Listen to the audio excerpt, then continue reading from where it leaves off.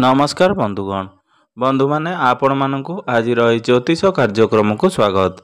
आज ए भिडटी सिंह राशि व्यक्ति विशेष मानक पई बहुत गुरुत्वपूर्ण अटे, बहुत ही खास अटे। कारण आज ए भिडियो रे आमे माने जानिबा ए 2025 वर्ष हेउथुबा शनिकर राशि परिवर्तन एही सिंह राशि व्यक्ति विशेष मानक उपरे किभली प्रभाव पड़िबो। ज्योतिष शास्त्र अनुसार कौन सी एक राशि रे शनिदेव संपूर्ण 2.5 वर्ष पर्यंत रही थांती। तेबे बंधु माने आमे माने जानिचंती शनिदेव होउचंती न्यायर देवता एवं कर्म फल दाता। तो आपण माने मने रखिबा उचित आपण मानकर कर्मर आधार रे ही शनिदेव आम मानकु फल प्रदान करिथांती। जो व्यक्ति तांको जीवन रे भल कार्य करिथांती बा सत् कार्य करिथांती एवं सत् मार्ग रे जाइथांती तांको पई शनि 7.5 एवं शनि 2.5 मध्य वरदान सदृश होइथाए। एही समय रे रंकरु राजा मध्य बनि जाई थाए। मात्र जो व्यक्ति निज जीवन रे कुकर्म करिथांती, अधर्म पथरे चलिथांती बा अन्य अनीति करंती बा अन्य को कष्ट देइथांती सेही व्यक्ति विशेष को शनि 2.5 किंबा शनि 7.5 रो कष्ट भोगिबाकू पड़ी थाए। अनेक दुख कष्ट एवं जंत्रणा भोग करने पड़ी थाए। यह व्यतीत आपणकर जन्म कुंडली रे शनि जदि उच्च स्थिति रे रही थांती तो आपण माने बुझी नेबे तो आपण पूर्व जन्म रे निश्चिंत भाव रे भल कार्य करिथिले। एवं जदि आपणक कुंडली रे शनि नीच स्थिति रे बा खराब स्थिति रे रही थांती तेबे आपण जानि नेबा उचित जे आपण पूर्व जन्म रे किछि खराब कार्य करिसंती जार फल आपण एही जन्म रे भोगिबाकू पड़िबो। तेणु आपण मानकर कर्म उपरे संपूर्ण रूप से आधार करे शनिदेव आपण को केउं भली फल प्रदान करिवे।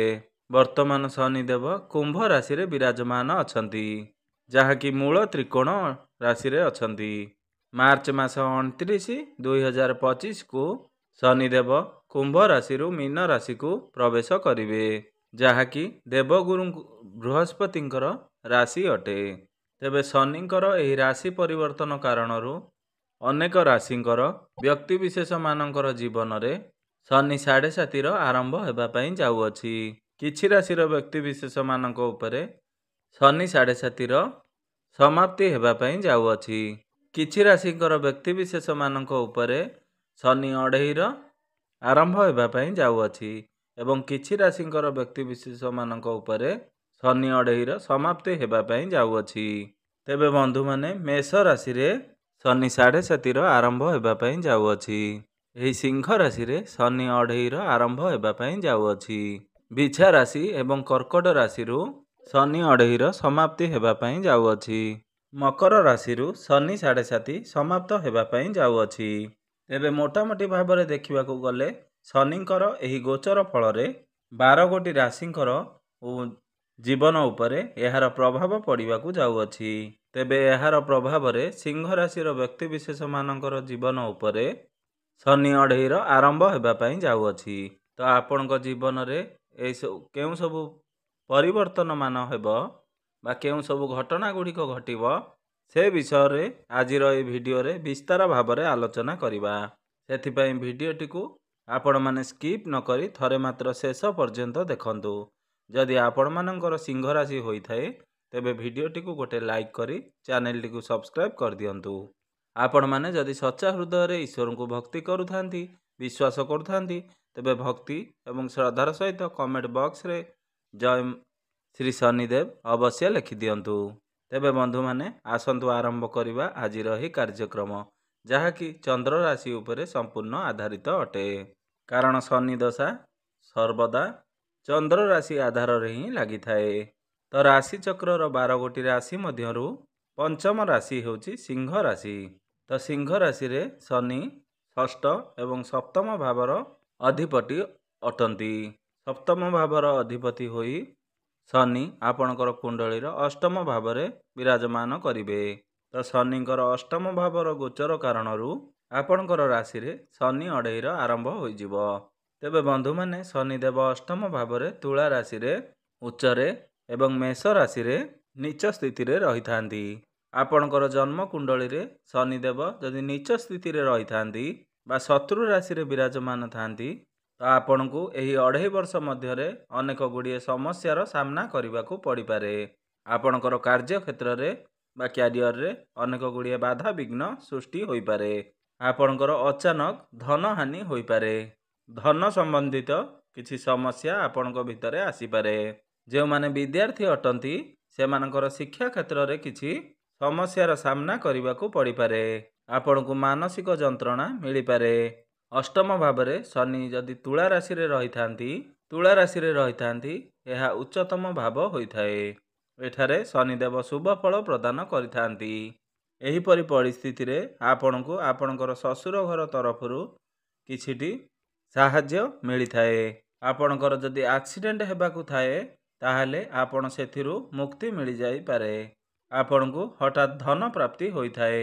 ମାତ୍ର ସିଂହ ରାଶିରେ ଯେହେତୁ ଶନିଙ୍କର 2.5 ଦଶା ପଡ଼ିବାକୁ ଯାଉଅଛି ସେଥିପାଇଁ ଆପଣଙ୍କର ପାରିବାରିକ ଜୀବନରେ କିଛିଟା ସମସ୍ୟା ଦେଖାଦେବ। ଆପଣଙ୍କର ପରିବାରରେ ଆପଣଙ୍କର ଭାଇ ଭଉଣୀଙ୍କ ସହିତ ସମ୍ପର୍କ ଖରାପ ହେବ। ଆପଣଙ୍କର ସ୍ୱାମୀ ସ୍ତ୍ରୀଙ୍କ ମଧ୍ୟରେ ମନମାଳିନ୍ୟ ଭଳି ବା ଛୋଟ ମୋଟ କଥାକୁ ନେଇ କଳି ଝଗଡ଼ା ଭଳି ସୃଷ୍ଟି ହୋଇପାରେ। ଅଷ୍ଟମ ଭାବରେ ଶନିଙ୍କର ଗୋଚର ହେତୁ ଆପଣଙ୍କୁ ପେଟ ଜନିତ କିଛି ସମସ୍ୟା ଦେଖାଦେଇପାରେ। ଯେପରିକି ଏସିଡ଼ିଟି, ଗ୍ୟାଷ୍ଟ୍ରିକ୍, ବଦହଜମି ଏଭଳି ସମସ୍ୟା ଦେଖାଦେଇପାରେ। ଆପଣଙ୍କର ଆଣ୍ଠୁ ଗଣ୍ଠିରେ ମଧ୍ୟ ଯନ୍ତ୍ରଣା ଦେଖାଦେଇପାରେ। ବହୁତ ଦିନ ଧରି ରୋଗ ରହିଲା ଭଳି ଏଭଳି ଦେଖାଦେଇପାରେ।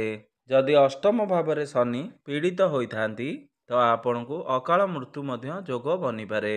ଅଷ୍ଟମ ଭାବଟି ଗୁପ୍ତ ବିଦ୍ୟାର ଭାବ ହୋଇଥାଏ। ଏହି ସମୟର ଅବଧି ମଧ୍ୟରେ ସିଂହ ରାଶିର ବ୍ୟକ୍ତି ବିଶେଷମାନେ ଆପଣ ରିସର୍ଚ୍ଚ କରୁଛନ୍ତି କିମ୍ବା ଆପଣ ଜ୍ୟୋତିଷ ବିଦ୍ୟା ଅଧ୍ୟୟନ କରୁଛନ୍ତି କିମ୍ବା କୌଣସି ଆୟୁର୍ବେଦିକ ଶିକ୍ଷା କରିବା ପାଇଁ ଚାହୁଁଛନ୍ତି ଏସବୁ କ୍ଷେତ୍ରରେ ଆପଣଙ୍କର ଆଗ୍ରହ ବଢ଼ିବ।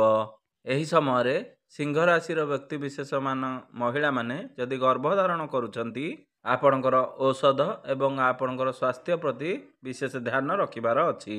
ଏହି ସମୟରେ ଆପଣ ଆପଣଙ୍କର ଶିଶୁର ଯତ୍ନ ମଧ୍ୟ ଠିକ୍ରେ ନେଇପାରିବେ ନାହିଁ। ଏହି ସମୟରେ ଯଦି ଆପଣଙ୍କର ଅଷ୍ଟମ ଭାବ ଉପରକୁ କୌଣସି ପାପୀ ଗ୍ରହଙ୍କର ଦୃଷ୍ଟି ରହିଥାଏ ତ ଗର୍ଭରେ ଥିବା ଶିଶୁର ଅନିଷ୍ଟ ହୋଇଥାଏ। ତ ସେଥିପାଇଁ ଏହି ସମୟର ଅବଧି ମଧ୍ୟରେ ଆପଣ ଗର୍ଭଧାରଣ ଠାରୁ ବଞ୍ଚିତ ରହିବା ଉଚିତ। ତ ଆପଣ ଶନି 2.5ର ସମାପ୍ତ ହେବା ପରେ ଆପଣ ଫ୍ୟାମିଲି ପ୍ଲାନିଂ କରିବାଟା ଉଚିତ। ଆପଣମାନଙ୍କ ପାଇଁ ସର୍ବୋତ୍ତମ ରହିବ। ଆପଣଙ୍କର ଅଷ୍ଟମ ଭାବରେ ଶନି ରହି ତୃତୀୟ ଦୃଷ୍ଟିରେ ଆପଣଙ୍କର ଦଶମ ଭାବକୁ ଦେଖିବେ, ଯାହା ଫଳରେ ଆପଣଙ୍କର କାର୍ଯ୍ୟକ୍ଷେତ୍ରରେ ତଥା କ୍ୟାରିୟରରେ ସିଧାସଳଖ ପ୍ରଭାବ ପଡ଼ିବ। କାରଣ ଦଶମ ଭାବଟି ହୋଇଥାଏ କୁଣ୍ଡଳୀର କାର୍ଯ୍ୟକ୍ଷେତ୍ରର ଭାବ, ଆପଣଙ୍କର କ୍ୟାରିୟରର ଭାବ। ଆପଣ ଏହି ସମୟରେ ଆପଣଙ୍କର ଚାକିରି କ୍ଷେତ୍ରରେ କିଛିଟା ସମସ୍ୟା ଦେଖିପାରନ୍ତି। ଆପଣଙ୍କର ଚାକିରିରେ ମଧ୍ୟ ପରିବର୍ତ୍ତନ ଆସିପାରେ। ଯେଉଁମାନେ ହୀରାର ଏବଂ ପେଟ୍ରୋଲିୟମର ବେପାର କରୁଛନ୍ତି ସେମାନଙ୍କ ପାଇଁ ଏହି 2.5 ବର୍ଷ ବହୁତ ଲାଭଦାୟକ ହେବ। ଆପଣ ଏହିସବୁ କ୍ଷେତ୍ରରେ ଯଦି କାମ କରୁଛନ୍ତି ତାହେଲେ ଆପଣ ବହୁତ ଆଗକୁ ବଢ଼ିପାରିବେ। ଆପଣଙ୍କର ଶାରୀରିକ ଅସୁସ୍ଥତା କାରଣରୁ ଆପଣ ନିଜର କ୍ୟାରିୟରକୁ ଭଲ ଭାବରେ ଫୋକସ୍ କରିପାରିବେ ନାହିଁ। ଏଭଳି ଅନେକ ପ୍ରକାରର ସମସ୍ୟା ଆପଣଙ୍କର କ୍ୟାରିୟରରେ ଦେଖାଦେବ। ଅଷ୍ଟମ ଭାବରେ ରହି ଶନି ଆପଣଙ୍କର ସପ୍ତମ ଦୃଷ୍ଟିରେ ଆପଣଙ୍କର ଦ୍ୱିତୀୟ ଭାବକୁ ଦେଖୁଛନ୍ତି। ଦ୍ୱିତୀୟ ଭାବଟି ହୋଇଥାଏ ଧନର ଭାବ, ଆପଣଙ୍କର କୁଟୁମ୍ବ ଏବଂ ବାଣୀର ଭାବ ହୋଇଥାଏ, ଯାହା ଫଳରେ ଆପଣଙ୍କର ଆର୍ଥିକ ହାନି ହୋଇପାରେ। ଏହି ସମୟରେ ଆପଣଙ୍କର ଆର୍ଥିକ ସମସ୍ୟା ଦେଖାଦେଇପାରେ। ଆପଣଙ୍କର କୁଟୁମ୍ବ ବା ପରିବାର ସହିତ ଆପଣଙ୍କର ସମ୍ପର୍କ ଖରାପ ହେବ। ଆପଣ ଏହି ସମୟରେ ଆପଣଙ୍କର ବାଣୀ ଉପରେ ନିୟନ୍ତ୍ରଣ ରଖିବାର ଅଛି। ଆପଣ ସାମ୍ନାବାଲାକୁ ଯେକୌଣସି ଭଲ ଅର୍ଥରେ କଥାଟିକୁ କହିବେ ସିଏ ଆପଣଙ୍କର କଥାକୁ ଖରାପ ଅର୍ଥରେ ବୁଝିବେ।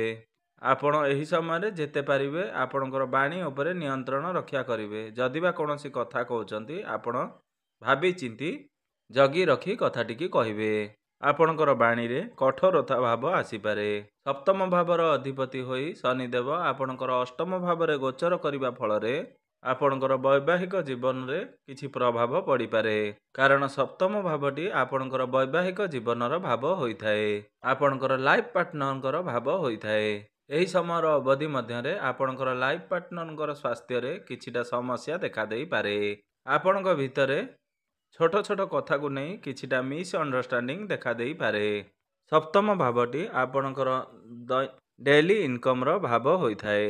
ତ ଏହି ସମୟରେ ଆପଣଙ୍କର ଅଯଥା ଖର୍ଚ୍ଚ ମଧ୍ୟ ବଢ଼ିବ ଏବଂ ଆର୍ଥିକ କାରଣରୁ ଆପଣଙ୍କର ସ୍ୱାମୀ ସ୍ତ୍ରୀ ମଧ୍ୟରେ ଝଗଡ଼ା ବା କଳି ଝଗଡ଼ା ଭଳି ସମସ୍ୟା ଦେଖାଦେଇପାରେ। ଆପଣଙ୍କର ହସ୍ପିଟାଲରେ ଅଯଥା ଖର୍ଚ୍ଚ ହୋଇପାରେ, ଯାହାଫଳରେ ଆପଣ ମାନସିକ ଅଶାନ୍ତିରେ ଲିପ୍ତ ରହିବେ। ଅଷ୍ଟମ ଭାବରେ ରହି ଶନି ଦଶମ ଦୃଷ୍ଟିରେ ଆପଣଙ୍କର ପଞ୍ଚମ ଭାବକୁ ଦୃଷ୍ଟି ଦେବେ। ତ ଶନି ଅଷ୍ଟମ ଭାବରେ ରହି ପୀଡ଼ିତ ହେବା ଦୋଷରୁ ଆପଣଙ୍କୁ ସନ୍ତାନ ସୁଖରୁ ବଞ୍ଚିତ କରାଇବେ। ଆପଣ ଆପଣଙ୍କର ସନ୍ତାନମାନଙ୍କ ଠାରୁ ଅପମାନ ମଧ୍ୟ ପାଇପାରନ୍ତି। ବିଦ୍ୟାର୍ଥୀମାନେ ଶିକ୍ଷା କ୍ଷେତ୍ରରେ କିଛିଟା ଅସୁବିଧାର ସାମ୍ନା କରିବାକୁ ପଡ଼ିପାରେ। ଆପଣଙ୍କର ପ୍ରେମ ସମ୍ପର୍କରେ କିଛିଟା ବାଧା ଦେଖାଦେଇପାରେ। ଛୋଟ ଛୋଟ କାରଣରୁ ଆପଣଙ୍କ ଭିତରେ ଝଗଡ଼ା ଝାଣ୍ଟି ହେବ। ଆପଣ ନିଜର ପାର୍ଟନରକୁ ଛୋଟ ମୋଟ କଥାରେ ଅପମାନିତ କରିପାରନ୍ତି। ତେବେ ଆପଣ ଏହି ସମୟରେ ନିଜର କାମ କାର୍ଯ୍ୟକୁ ନିଷ୍ଠାର ସହ ସମ୍ପାଦନ କରିବାର ଅଛି। ନିଜର ବାଣୀରେ ସଂଯମତା ରକ୍ଷା କରିବାର ଅଛି।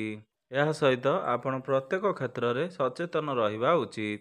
ଆପଣଙ୍କ ପାଇଁ ସବୁଠାରୁ ଭଲ ହେବ। ଏପରି ଯଦି ଆପଣ ପ୍ରତ୍ୟେକ କ୍ଷେତ୍ରରେ ଟିକେ ସତର୍କତା ଅବଲମ୍ବନ କରନ୍ତି ତ ଆପଣମାନଙ୍କ ଉପରୁ ଏହି ଶନି ଅଢ଼େଇର ପ୍ରଭାବ କମ୍ ହୋଇପାରିବ। ତ ଶନିଙ୍କର ଅଷ୍ଟମ ଭାବରେ ଗୋଚର ହେତୁ ଆପଣଙ୍କର ପ୍ରେମ ସମ୍ପର୍କରେ, ଶିକ୍ଷା କ୍ଷେତ୍ରରେ, ଆପଣଙ୍କର ବ୍ୟାପାର ବାଣିଜ୍ୟ କ୍ଷେତ୍ରରେ, ଆପଣଙ୍କର ବୈବାହିକ ଜୀବନରେ, କ୍ୟାରିୟରରେ ଆପଣଙ୍କୁ ଅନେକ ସମସ୍ୟାର ସାମ୍ନା କରିବାକୁ ପଡ଼ିବ। ଏଥିରେ ଆପଣଙ୍କୁ ବହୁତ ଅଶାନ୍ତି ଭୋଗ କରିବାକୁ ପଡ଼ିପାରେ। ସେଥିପାଇଁ ଶନିଙ୍କର ଅଷ୍ଟମ ଭାବରେ ଗୋଚରକୁ କମ୍ କରିବା ପାଇଁ ଆପଣ କିଛି ସରଳ ପ୍ରତିକାରର ପାଳନ କରିବା ଉଚିତ। ତେବେ ବନ୍ଧୁମାନେ, ଆପଣ ସେଥିପାଇଁ ପ୍ରତ୍ୟେକ ଶନିବାର ଦିନ ଆପଣଙ୍କ ଘର ପାଖରେ ଶନି ମନ୍ଦିରକୁ ଯାଇ ଏକ ସୋରିଷ ତେଲର ଦୀପ ଜଳାନ୍ତୁ।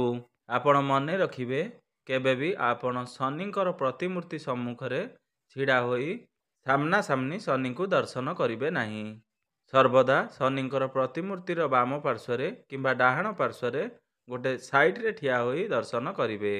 ଯଦି ଆପଣ ମହିଳା ଅଟନ୍ତି, କେବେ ବି ଭୁଲରେ ଶନିଙ୍କର ପ୍ରତିମୂର୍ତ୍ତିକୁ ସ୍ପର୍ଶ କରିବେ ନାହିଁ, କାରଣ ଶନିଙ୍କର ଦୃଷ୍ଟି ବହୁତ ଭୟାନକ ହୋଇଥାଏ। ଆପଣ ପ୍ରତ୍ୟେକ ଦିନ ହନୁମାନ ଚାଳିଶାର ପାଠ ଅବଶ୍ୟ କରିବେ। ଏପରି କରିବା ଦ୍ୱାରା ନିଶ୍ଚିନ୍ତ ଭାବରେ ଆପଣଙ୍କ ଉପରୁ ଶନିଙ୍କର କୁପ୍ରଭାବ କିଛି ମାତ୍ରାରେ ଲାଘବ ହେବ ଏବଂ ଆପଣଙ୍କୁ କିଛିଟା ଶୁଭ ଫଳ ପ୍ରାପ୍ତି ହେବ। ତେବେ ବନ୍ଧୁମାନେ, ଆପଣଙ୍କର ଜୀବନ ମଙ୍ଗଳମୟ ହେଉ, ଏହା ହିଁ ଈଶ୍ୱରଙ୍କ ନିକଟରେ ମୋର ଏତିକି ପ୍ରାର୍ଥନା। ଧନ୍ୟବାଦ।